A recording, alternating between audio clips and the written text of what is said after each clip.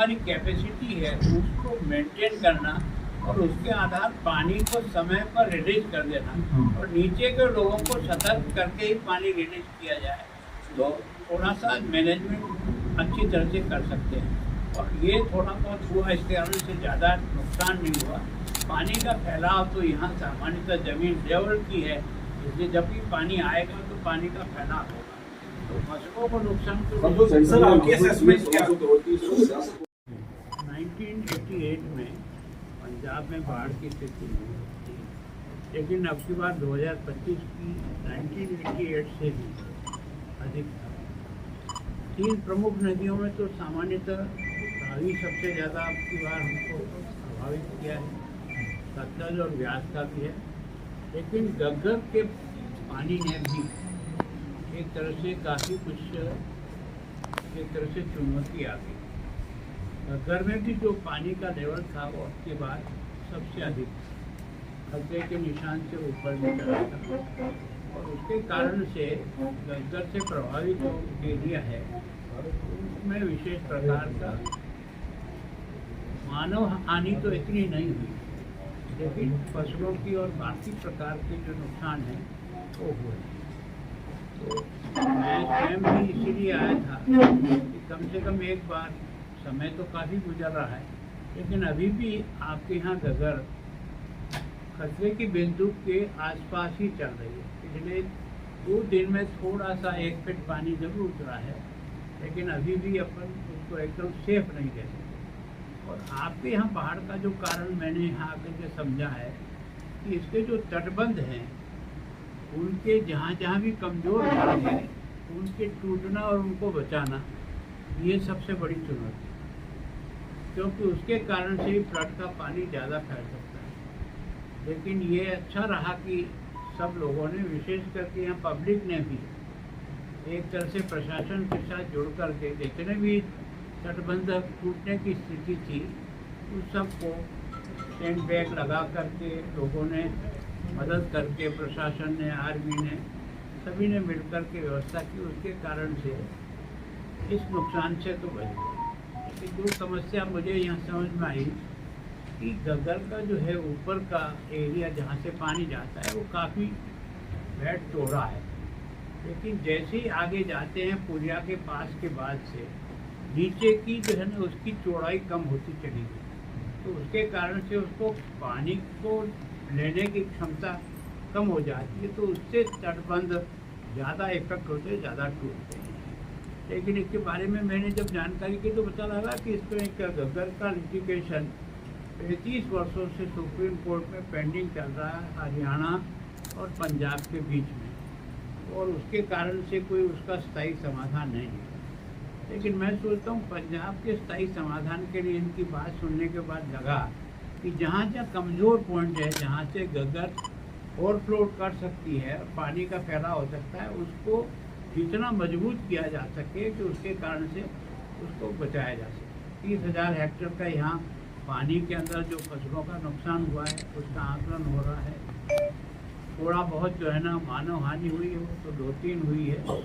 लेकिन अभी जो है पशुओं की हानि भी यहाँ बहुत कम है वैसे सामान्यतः, केवल पानी के फैलाव से कारण है। लेकिन बिल्डिंगों को नुकसान होने का अनुमान सारा ख़त्म होने के बाद पूरा लगेगा, तो उसका भी अंतर मैं सोचता हूँ कि सरकार ने भी, प्रधानमंत्री स्वयं आए थे, लेकिन वो अधिकांश जो है ना आपकी बॉर्डर एरिया में अमृतसर और यहाँ जहाँ बहुत ज़्यादा अधिक तारावी से उसको देख करके, लेकिन उन्होंने पूर्ण आश्वस्त किया था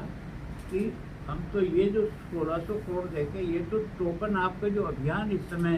चल रहे हैं उसमें कोई अवरुद्ध नहीं आए, आपकी जितना भी है। बाकी सारा टीम जो आई है वो एनालिसिस करने के जाने के बाद जो रिपोर्ट देगी उसके आधार पर किसान को भी, मकान को भी, पशुओं की हानि को भी और विशेष प्रकार के जो कुछ भी डैमेज हुए हैं प्रॉपर्टी उसके बारे में भी, और एक भविष्य में इन जिलों में जिनमें बाढ़ आती है वहाँ कम से कम भविष्य में एनडीआरएफ की टीम के वेल इक्विप किया जाए, ऐसे साधन उनके पास उपलब्ध हों ताकि वो तुरंत उसके बारे में। मुझे बहुत अच्छा लगा कि यहाँ आर्मी के कारण से और सभी के सामूहिक प्रयास से मतलब पब्लिक का लॉस उतना नहीं होगा। खिलाड़ी साहब, लगातार मांग की जा रही है कि जो डैम है उनका कंट्रोल अभी किसी के पास है, लेकिन कंट्रोल से पानी छोड़ने के पहले सहारे के सारे नीचे को सूचना देते हैं कि हम कितना पानी रिलीज कर रहे हैं, और वो रिलीज करने के बाद कोई 12 घंटे बाद आता है, कोई 14 घंटे बाद आता है, कोई 6 घंटे बाद आता है। तो सिस्टम तो है कि आपको अपने अपने एरिया में परफेक्ट होना है, उसके कारण से उतना लॉस नहीं हुआ। लेकिन ये जो प्रमुख आपके स्टोरेज हैं, रणजीत सागर एक स्टोरेज है, भाखड़ा एक स्टोरेज है और पोंग एक स्टोरेज है। इन तीनों के स्टोरेज के कारण से जो माधवराज बैराज है उसमें जो पानी आया, उसके कारण से जो उसके दरवाजे टूटे, और उसके अलावा भी जम्मू कश्मीर से जो नदियां आती है और कई ट्रिब्यूटरी आकर के आपस में मिलती है, हमारे यहाँ भी मिलती है घग्गर में, तो उसके कारण से भी फ्लडिंग होता है जिनका कोई नापतोल नहीं होता है। नापतोल एक पॉइंट पे आने के बाद ही होता है कि यहाँ से कितना पानी जा रहा है। और वास्तव में जहाँ बारिश का जितना कैचमेंट एरिया है, उसकी बारिश के साथ ही उसकी जो कितनी क्वांटिटी आएगी, इसका मैकेनिज्म डेवलप करना पड़ेगा, ताकि जहाँ से बारिश हुई है वहीं से सूचना परफेक्ट आए, तो एक तरह से आगे से और सचेत रहा जाए। सर मैं घग्गर की बात करूंगा, बीचेस जो होते हैं उसके समाधान के लिए आगे आने वाले में समाधान दो ही है। एक तो जहाँ जहाँ आपने पक्का बनाया कि जहाँ टूटता ही है वहाँ पत्थर की पिचिंग के द्वारा बने। तो ये जो 15-60 पॉइंट हैं, इन 15-60 पॉइंटों को निश्चित रूप से हमें स्थायी रूप से इनको किस तरह से स्ट्रेंथन करें, वो एक रास्ता है जिसके लिए कुछ किया भी है, कुछ पॉइंट तो किए हैं, तो कुछ पॉइंट अभी भी नहीं हुए हैं, जिसके कारण से फ्लडिंग जो है ना वो सब जो डैम्स की म्याद पर घग्गर पंजाब, हरियाणा और आगे राजस्थान में जाता है। जब बाढ़ आती है इसमें हर बार वही डिस्प्यूट है कि घग्गर मार कर गया, उसके बाद ऐलान होते हैं। क्यों ना हो कि हरियाणा, पंजाब और राजस्थान की तीनों सरकारों को केंद्र सरकार को ऐसा समाधान ढूंढने के लिए कहें कि जो आपने हांसी उठाना से जो घग्गर को डाफ लगी, पंजाब खराब हुआ, आगे फतेहाबाद का नुकसान हुआ, उसके लिए कोई रणनीति बनाने देखो क्या है कि ये जो घग्गर की जो समस्या हरियाणा और पंजाब के बीच में जो मुकदमेबाजी में सुप्रीम कोर्ट में जाके फंसी है, इसका तो न निर्णय हो रहा है न कुछ आगे बढ़ रहा है। तो उसके स्थायी हल के लिए कोर्ट के फैसले आप जानते हो किस तरह से, जहाँ दो प्रांतों के बीच में पानी का डिस्प्यूट होता है वहाँ किस तरह से काम होते हैं। कई इसी तरह से पेंडिंग पड़े,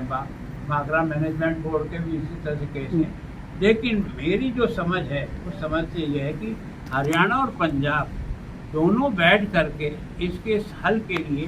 सहमति बनाएं, तो मैं सोचता हूँ कोर्ट में भी उसका रास्ता बहुत आसानी से खत्म हो चुका है कि म्याद खत्म हो चुकी है जब से वो बना है, ठीक है, क्योंकि कह रहे हैं कि उसमें मतलब काफी डैमेज कर सकता है कि सेट में बहुत ज्यादा जमी हुई। इसमें तो कोई दोहरा नहीं, क्योंकि जैसे जो सिल्टिंग आती है वो आखिर आएगी तो उसी डैम में, तो उसका जो स्तर है वो तो बहुत ऊपर और बड़ी ऊपर के लेवल पर निर्णय करे, लेकिन जो हमारी कैपेसिटी है उसको मेंटेन करना और उसके आधार पानी को समय पर रिलीज कर देना और नीचे के लोगों को सतर्क करके ही पानी रिलीज किया जाए, तो थोड़ा सा मैनेजमेंट अच्छी तरह से कर सकते हैं। और ये थोड़ा बहुत हुआ, इसके कारण से ज़्यादा नुकसान नहीं हुआ। पानी का फैलाव तो यहाँ सामान्यतः जमीन लेवल की है, इसलिए जब भी पानी आएगा तो पानी का फैलाव होगा, तो फसलों को नुकसान तो तुरंत कर दें।